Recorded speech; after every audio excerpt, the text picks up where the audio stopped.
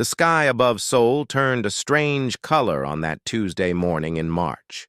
It was not black or gray, but something between purple and silver that made people stop in the streets and look up.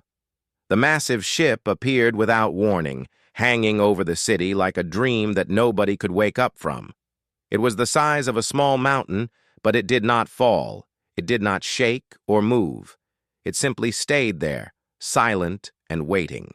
Lieutenant Ji-ho stood at the military command center and watched the screens showing the ship. He was a tall man with a serious face, and he had spent 20 years in the Korean military, but he had never seen anything like this. His hands were steady as he picked up the phone, but his heart was beating very fast. The general was waiting for his report. The whole country was waiting. "The object is approximately 2 kilometers in length," Ji-ho said, his voice calm and professional. "It is positioned over the Gangnam district. No weapons have been detected. No hostile actions so far."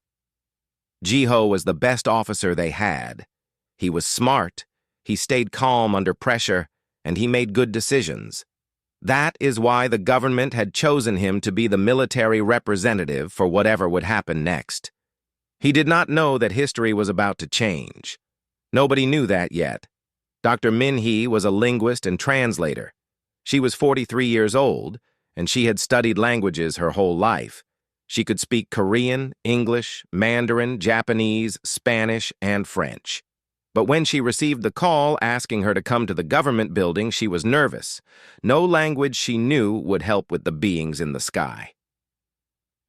When she arrived at the meeting room, Ji-ho was already there. He was looking at pictures of the ship on a large screen. The ship was made of a material that looked like glass, but also looked like metal. There were patterns on the surface, like symbols or decorations. Min-hee sat down next to him without speaking. Both of them felt that words were not enough for what was happening. "They are asking to meet," said a government official. "They used a radio transmission. It was in Korean.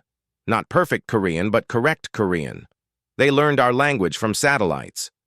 Min-hee's eyes became wide. "How is that possible?" "We do not know," the official replied. "But they are coming down. In 6 hours. They want to meet with military leaders and government officials. They say they want to be friends." Ji-ho and Min-hee looked at each other. Neither of them knew what to say. The world had changed in one morning, and nobody was ready. The ship came down slowly. It made no sound. People in Seoul watched from their buildings and streets, not believing what they were seeing. When it landed in the park near the city center, the ground barely moved. The ship was so advanced that it could land a 2-kilometer vessel without even shaking the earth. The doors of the ship opened, and beings stepped out. They were not like humans. They had long, thin bodies and gray skin like water without color. Their eyes were too big and too dark. There were only 6 of them, and they wore clothes that seemed to be made of light itself. They looked calm, and they were not afraid. Commander Kyle was the leader. He had a voice that was soft but also strong. When he spoke in Korean, even though the words were sometimes strange, everyone understood what he meant. "We are from the Tarathian Coalition," he said. "We come from planets far away. We have been watching your world for a long time. We see that you have become a smart and advanced people. We want to know you. We want to be your friends." Ji-ho stepped forward and shook hands with Commander Kale. The alien's hand was smooth and cool. Ji-ho did not show that he was surprised. He was trained for moments like this. "We welcome you," Ji-ho said. "We hope this can be the beginning of something good for both our peoples."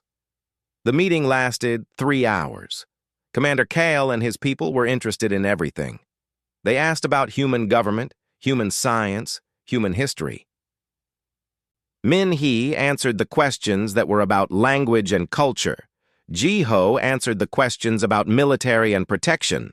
The government officials answered the questions about technology and resources.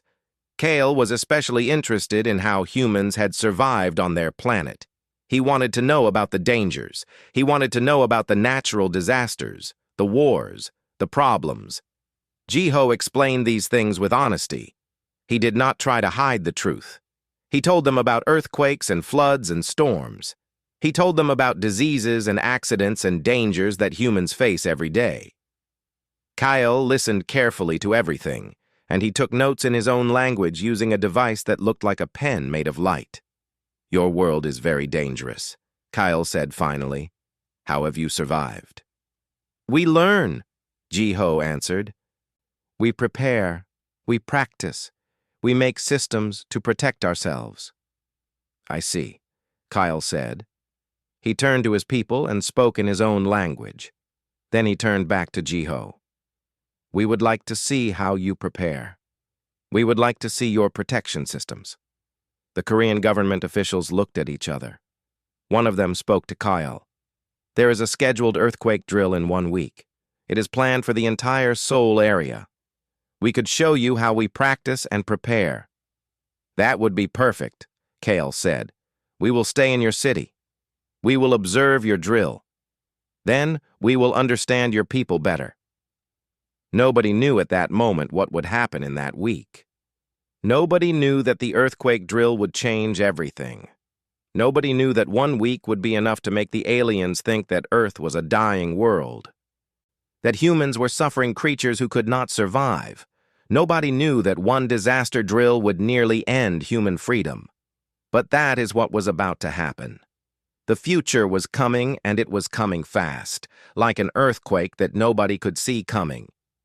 Jiho went back to his office that night, and he thought about what had happened. He thought about the aliens, about the questions, about the things he had said. He did not know that his words about danger and survival would be misunderstood in the worst possible way. Minhee also went home and thought about the meeting. She thought about the way the aliens listened. She thought about how careful they were, how serious they were. She had a strange feeling in her stomach. It was not fear exactly, but it was something close to fear. It was the feeling that something important was about to happen, something that could change everything. The earthquake drill began at 9 o'clock in the morning on a clear Thursday. The alarm sounded like a sound that came from the earth itself. It was loud, and it was scary. People in buildings, in offices, in schools, in hospitals, all heard that sound, and they knew what it meant. They had learned this their whole lives. The earthquake drill was coming. Commander Kyle stood in the emergency center with Jiho and watched monitors showing the city. Around them, people in uniforms sat at computers and spoke into headsets. These people were controlling the drill. They were sending information to first responders. They were organizing everything that was about to happen. "Attention all units," a voice said through the speaker system. "This is an earthquake simulation. Magnitude 6.8. Epicenter near the Gangnam district. All units respond according to protocol." Kyle's large, dark eyes watched everything. His 2 assistants stood beside him and also watched. They were recording everything with devices they carried. Nothing would escape their attention. In the streets of Seoul, the earthquake simulation began. The ground was made to shake using special machines that had been placed underground weeks before. It was not a real earthquake, but it felt like one. It looked like one. It sounded like one. People in the streets ran and screamed. Some of them fell down. Others helped them get up. Sirens began to sound from every direction. In a school building, teachers were moving children to safe places. The children were scared, but they knew what to do. They had practiced this many times. They covered their heads and sat under desks. The sounds of breaking glass and falling things came from speakers that made it all seem real. In a hospital, the drill was even more intense. Doctors and nurses were told that the earthquake had destroyed many buildings. They were told that many people were coming to the hospital with broken bones and cuts and injuries. People dressed as victims were brought in on stretchers. They had makeup on their bodies that made them look like they were hurt. They were moaning and crying. The doctors and nurses had to decide who to help first. They had to work very fast. Some of the fake injured had to wait because people who seemed more hurt had to be helped first. In another part of the city, a building was being used for search and rescue training. Firefighters were looking for people trapped under metal and concrete. They were using dogs and machines to find where people might be hiding. The firefighters were sweating and working very hard. They knew that in a real earthquake, people would be really trapped and really suffering. They wanted to be ready. Commander Kale watched all of this with his dark eyes. His face did not show what he was thinking, but inside he was very disturbed by what he was seeing. To him, this drill looked like a disaster. This looked like a real emergency. He did not understand that it was practice. As the morning went on, the drill became worse and worse. The simulated earthquake was made to cause more and more damage. A section of a road was shown collapsing on the monitors. Fires began to burn in several buildings. Explosions happened because of broken gas pipes. The sounds were loud and terrible. In the hospital, people were lying on the floor because there were no more beds. Doctors were working on patients in hallways. Blood was on the floor, though it was fake blood from the training materials. But it looked real. It looked very real. The people dressed as victims were screaming. They were trained to scream convincingly. Kyle's assistants spoke to him in their own language. They were talking about what they were seeing. They were taking measurements and recording data. They were analyzing everything. From their instruments, they could see that the people in the hospital were very stressed. Their hearts were beating very fast. Their breathing was fast and heavy. By every measure, these humans were in terrible danger and terrible pain. "This is extraordinary," one assistant said. "Their bodies show extreme stress responses. Are they certain this is just a simulation?" "I believe so," another assistant said. "But the question is, why would they simulate something so terrible? Why would they practice suffering?" Kyle himself did not answer yet. He wanted to see more. He wanted to understand. He asked Ji-ho to take him to more places. They went to a shelter where people were sitting in the dark. The shelter was underground, and it was supposed to protect people from earthquakes. Families were sitting together looking scared. Children were crying. "How long do people have to stay in these places?" Kale asked. "Sometimes a day or two," Ji-ho said. "Sometimes longer, depending on how bad the earthquake is." "And you practice this regularly?" "Yes," Ji-ho said. "Every year. Sometimes more than once a year." Kale became silent. He was processing this information. His people had not experienced an earthquake in 3,000 years. They had learned to prevent them on their own planet using technology. They had not had to suffer through natural disasters for thousands of years. The idea that humans had to practice surviving disasters was very strange to him. By the time the drill ended at 4 o'clock in the afternoon, Kale had formed a decision. He did not tell Ji-ho or Min-hee about it yet. He said that he needed to return to his ship and speak with his people. He said that he would meet with the Korean government leaders the next day. That night on the Tarathian ship, Kale held a meeting with his team. They watched recordings of the drill over and over. They analyzed the data from their instruments. They discussed what they had seen. "This is a civilization under constant threat," Kale said finally. "The stress levels we measured were as high as if they were in actual danger. Their medical systems are overwhelmed regularly. Their rescue services are stretched thin. And most importantly, they accept this. They practice suffering. They prepare for disaster as if it is normal." "What do you think this means?" asked Dr. Rin, the youngest of the observers. "It means," Kale said slowly, "that this planet is not safe. It means that these humans live in constant danger. It means that despite their technology and their intelligence, they cannot make their world safe. And that means something we must act on." The next morning, Kyle requested an emergency meeting with the president of South Korea and other government leaders. When they all sat in a room together, Kyle spoke clearly and seriously. His words, translated by Min-hee, shocked everyone in the room. "We have observed your civilization," Kale said. "We have seen how you live in constant danger. We have seen how earthquakes, floods, and other natural disasters threaten your people regularly. We have seen that you must practice survival continuously. We have made a decision. The Tarathian Coalition will offer humanity protection." He paused, and then he continued. "We will relocate your people to safe orbital habitats that we will construct around your planet. We will seal your planet to protect it from further harm. We will ensure that no human has to fear earthquakes again.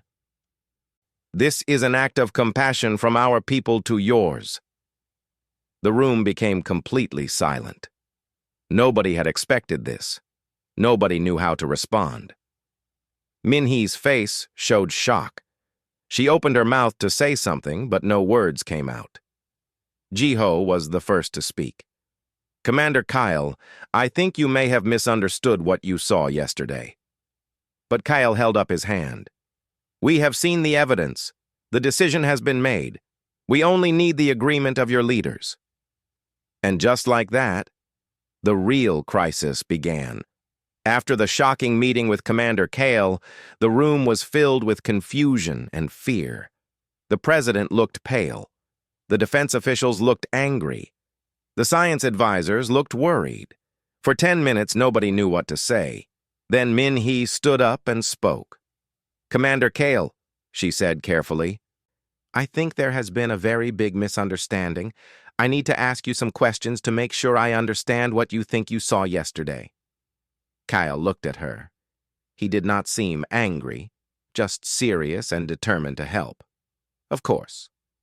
I will answer your questions. When you watched our people in the hospital," Minhee asked, "did you know that the injured people were not really injured? That their blood was not real blood?" "I understood that," Kale said.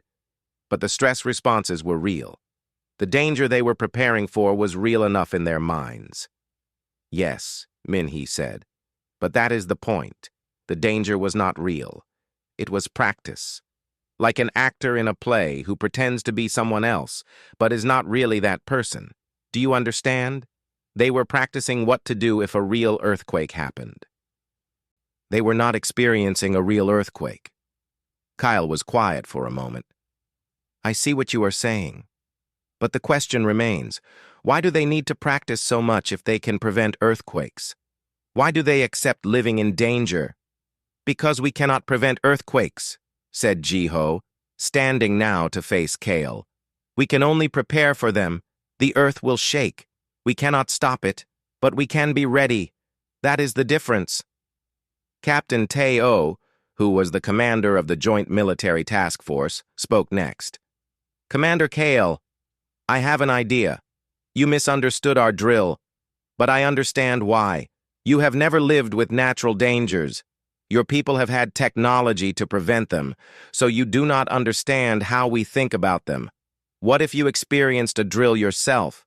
What if you participated, not just watched? Then you would understand." Kale's expression changed slightly. "You want us to participate in the drill?" "Yes," said Teo. "Not just watch. Actually do the things. Then you will truly understand what it means." There was a moment of silence. Then Kale nodded. "That is a good idea. We will do this." Over the next 5 days, Jiho and his team prepared for something that had never been done before. They were preparing a demonstration of human disaster response, designed to teach aliens about human nature. Every detail was planned. Every moment was carefully thought out. The Korean government also did something important. They called international news organizations. They called journalists from every major country. They said that something important was happening. They said that aliens were going to learn about humanity. They did not say exactly what was going to happen, but they said it would be worth watching. On the morning of the demonstration, 50 Tarathian observers arrived at the Emergency Operations Center. Commander Kale was there, along with scientists, medical specialists, and military officers. Cameras from around the world were set up. News reporters stood in the streets, waiting to see what would happen. Ji-ho stood in front of Commander Kyle. Today, we will show you what a real disaster response looks like. We will teach you through experience. Are you ready? We are ready, Kale said. The alarm sounded, but this time it was different. This time, the Tarathians would not just watch on monitors. They would be in the middle of it. They would see it close. They would feel it. In a section of the city that was prepared for this, the ground began to shake. Tarathian observers stood on the shaking ground. Some of them had to hold on to railings to stay balanced. They felt the real power of the simulation. "This," Ji-ho said into a radio that Kale could hear, "is what nature can do. This is not something we make happen. This is something that happens to us. Now watch what we do about it." Firefighters ran past the Tarathians. They had clear jobs. They went to buildings and pulled people out. They put out fires. They moved very fast, and they knew exactly what they were doing. They had done this 1,000 times in practice. Doctors and nurses also ran past. They went to the hospital where people were waiting for help. Kale and some of his observers walked with them. They saw the organized chaos. They saw how doctors made quick decisions about who to help first. They saw how a nurse could comfort a suffering person while also treating their injuries. "How do you know what to do?" asked one Tarathian scientist. "We train," said a young doctor named Tai Min. "Every year I practice this. I learn what to do when there is not enough time and too many patients. I learn to make good decisions even when I am stressed and tired." In the shelter, Kyle watched families sitting together in the dark. A young girl was scared, and her mother held her hand. An old man was reading a book to himself to stay calm. A group of teenagers was playing a card game to distract themselves from fear. "Why do they stay calm?" asked Kyle. "Because we have taught them," said a shelter manager. "We have shown them that this place is safe. We have shown them that we have trained for this. When people have confidence in preparation, they can face fear." By midday, Ji-ho took Kyle to the search and rescue area. Here, firefighters were looking for people trapped under collapsed buildings. They had dogs that could smell where humans were. They had machines that could listen for sounds of people calling for help. They had tools that could move heavy pieces of concrete carefully. "Some of these people we will save," said a firefighter. "Some we might not find in time. This is what makes it so important that we practice. Every second matters. Every skill we have learned could mean the difference between life and death." A dog found someone in the rubble. Everyone moved fast. They were careful and fast at the same time. In 5 minutes, they had pulled out a person covered in dust. The person was alive. The rescuers checked them for injuries, put them on a stretcher, and moved them to medical help. Kyle watched this. He said nothing, but his dark eyes were very focused. He was thinking something important. By the end of the day, when the drill was finished, Ji-ho sat with Kale in a quiet room. "Now, do you understand?" Ji-ho asked. "I am beginning to," Kale said slowly. "When I saw the drill from above, I thought you were suffering. I thought your civilization was in danger. But when I participated, I saw something different. I saw people who were ready. I saw people who had thought about problems and made plans. I saw people working together with confidence." "Yes," said Ji-ho. "That is what the drill means.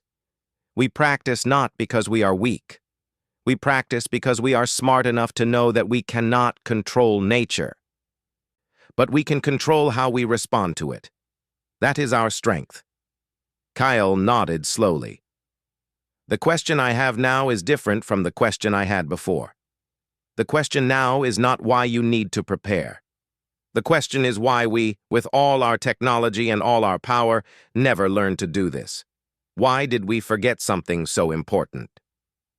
Min-hee, who was standing nearby, smiled slightly. She understood that something had changed in how Kale was thinking.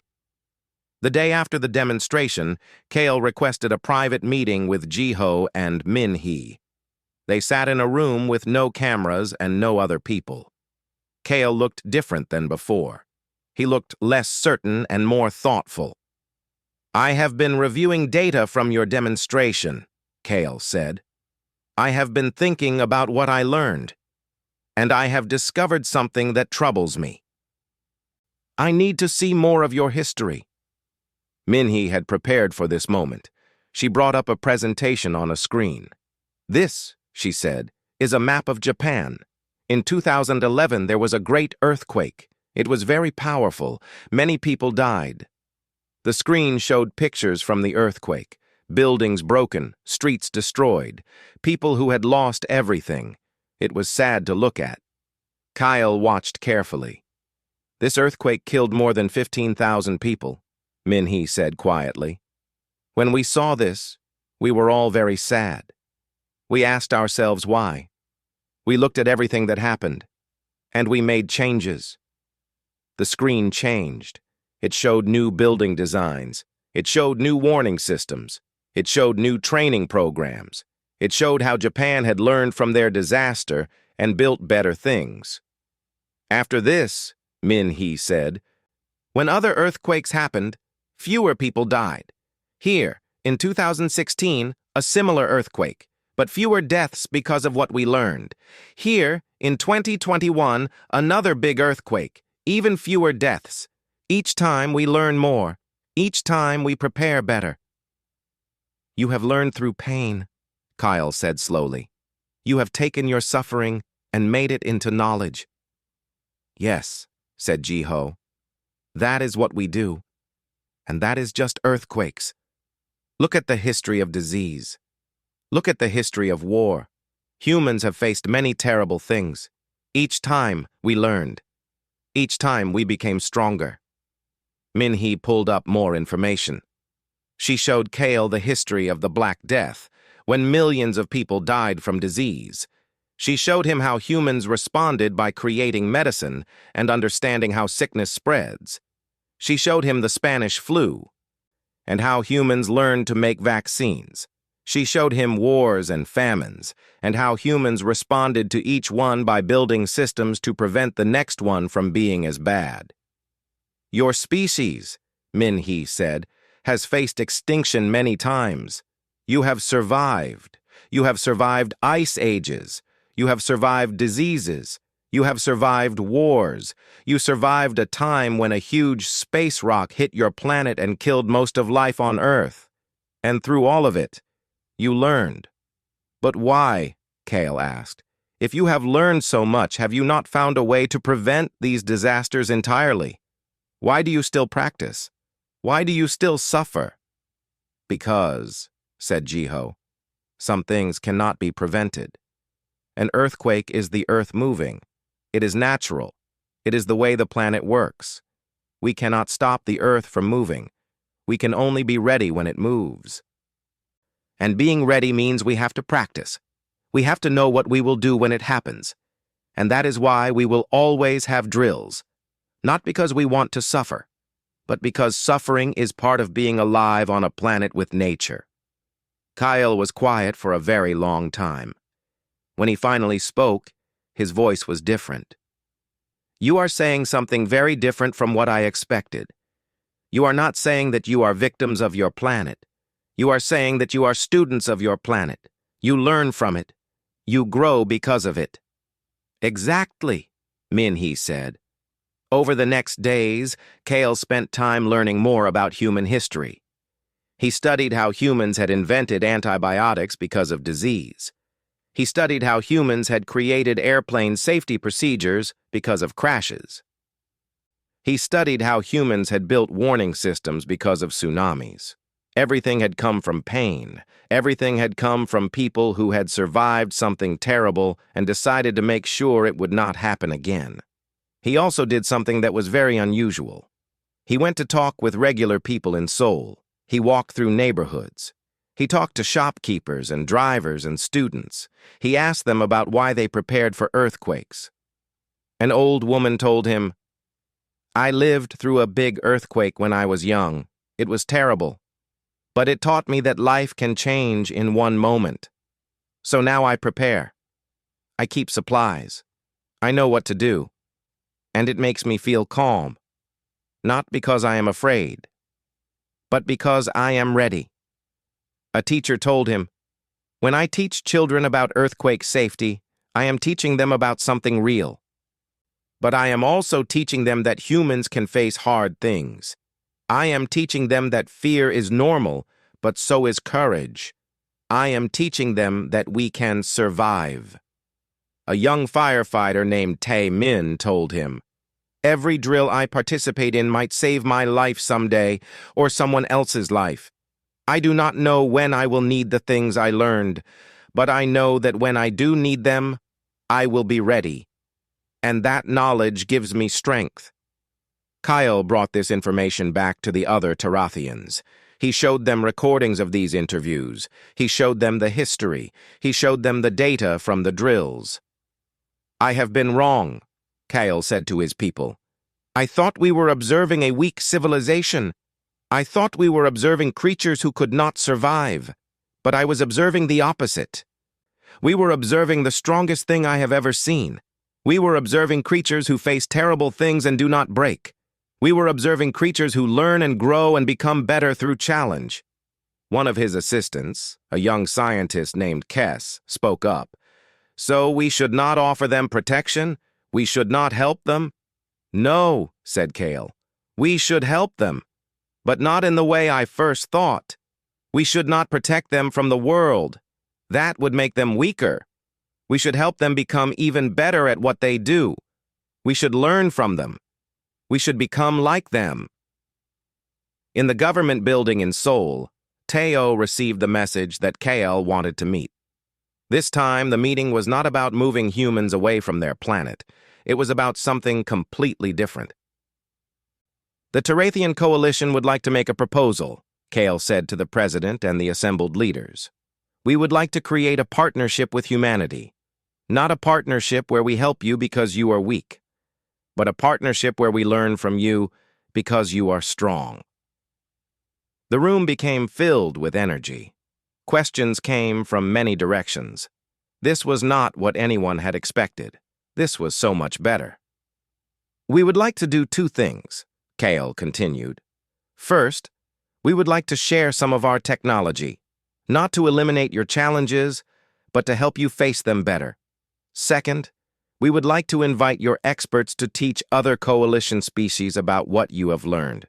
We would like to establish something called the Human Resilience Academy." Minhee felt tears in her eyes. The earthquake drill, which she thought would be a disaster, had instead changed human destiny, not by showing humans as victims, but by showing humans as survivors. The misunderstanding had become a bridge to something greater. The negotiations took 3 months. It was not easy. The governments of Earth were worried. They did not trust aliens completely. They wanted to make sure that humanity would keep control of Earth. They wanted to make sure that any help given would not cost humanity their freedom. Kale understood these worries. He respected them. In his culture, respect for a species' independence was very important. If a species was strong enough to survive on its own, they had earned the right to choose their own future. "We do not want to control you," Kale said many times during the meetings. "We want to learn from you." Jiho negotiated most of these agreements. He was tough and careful. He made sure that every word in the contracts was clear. He made sure that Earth's leaders understood what they were agreeing to. He made sure that humans would remain free. "I will only recommend accepting this alliance," Jiho said to the president, "if we maintain complete sovereignty over our own planet and our own people. We will take technology if it helps us prepare for disasters better, but we will not take away our own responsibility to prepare." The president agreed. "That is wise, Jiho. We did not survive for millions of years by depending on others. We will accept help, but we will remain the masters of our own fate." Finally, an agreement was made. The Tarathian Coalition would provide Earth with certain technologies. These technologies would help with early warning systems for earthquakes. They would help create better building materials. They would help with medical equipment. But they would not make natural disasters go away. They would just help humans prepare better. In exchange, humans would share their knowledge about resilience and survival. The Tarathian Coalition wanted to send observers to train with humans. They wanted to participate in drills. They wanted to learn how to prepare for challenges that their advanced civilization had forgotten how to handle. "This is the strangest trade agreement ever made," said the Minister of Trade, "but it is also the best one." The first International Resilience Academy was opened in Seoul. It was a building where human instructors could teach alien observers about disaster preparation and survival. The first class had 20 students from 6 different alien species. A human teacher named Tai Min taught them about earthquake response. He showed them how to recognize building dangers. He showed them how to help people in panic. He showed them how to make quick decisions when there was not enough time. "The key," Tai Min told them, "is that you do not wait to learn these things when the disaster happens. You learn them before. You practice them. You build confidence. Then, when something terrible happens, your training takes over. Your body knows what to do, even when your mind is afraid." One of the alien students was a young Tarathian named Kes. She was from the same species as Kale, but she was younger and she was eager to learn. She asked many questions. She practiced the rescue techniques. She participated fully in the drills. "In my 300 years," Kes said to Tai Min, "nobody has ever taught me to prepare for something by actually experiencing it. My culture teaches that we should avoid problems.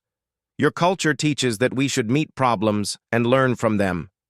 "Yes," said Tai Min. "And which one makes you stronger?" Kes smiled. "The hard one. The one that makes me uncomfortable. The one where I might fail and learn from failure." Minhee worked with the Tarathian Coalition to create written materials about human survival history. She wrote about the Black Death and how humans learned medicine. She wrote about wars and how humans learned peace. She wrote about natural disasters and how humans learned preparation. The book was called Adaptive Species: How Humanity Turned Vulnerability into Strength. The book became famous across all the Coalition worlds.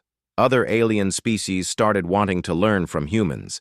They sent their own students to the academy. They wanted to understand how a species that faced so many dangers could be so strong.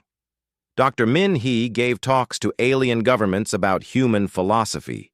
She explained that humans did not see challenges as something to run from. They saw challenges as teachers. They saw pain as something that could teach them. They saw failure as something that could make them stronger. "We do not celebrate suffering," Minhee explained. "We do not want disaster to happen. But we understand that learning to face difficulty is what makes a species truly advanced. Not technology alone, not safety alone, but the ability to face hard things and survive and grow."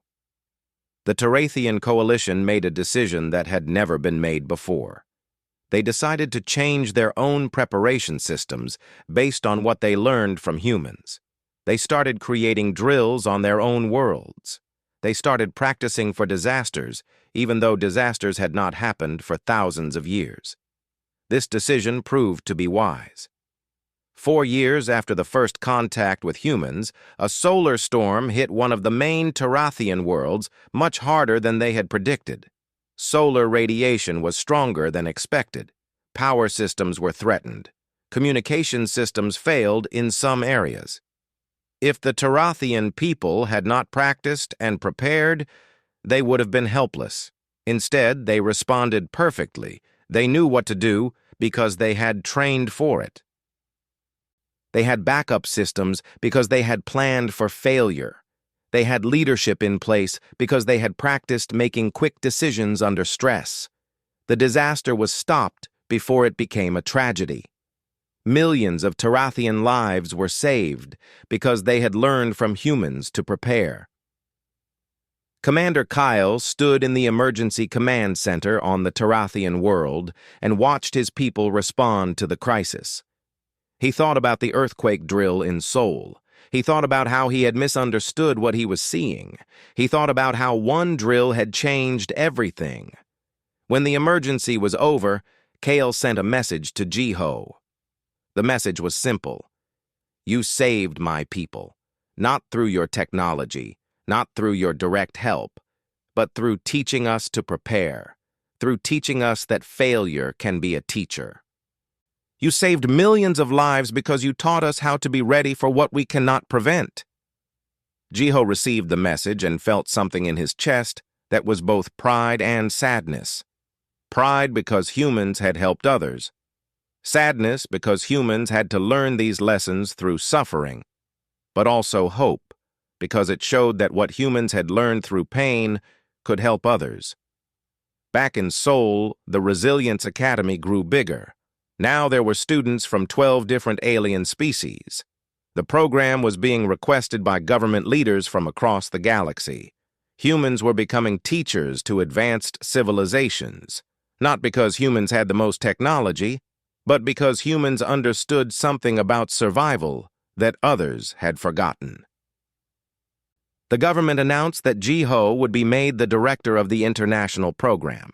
He would travel to different worlds. He would help establish resilience academies on alien planets.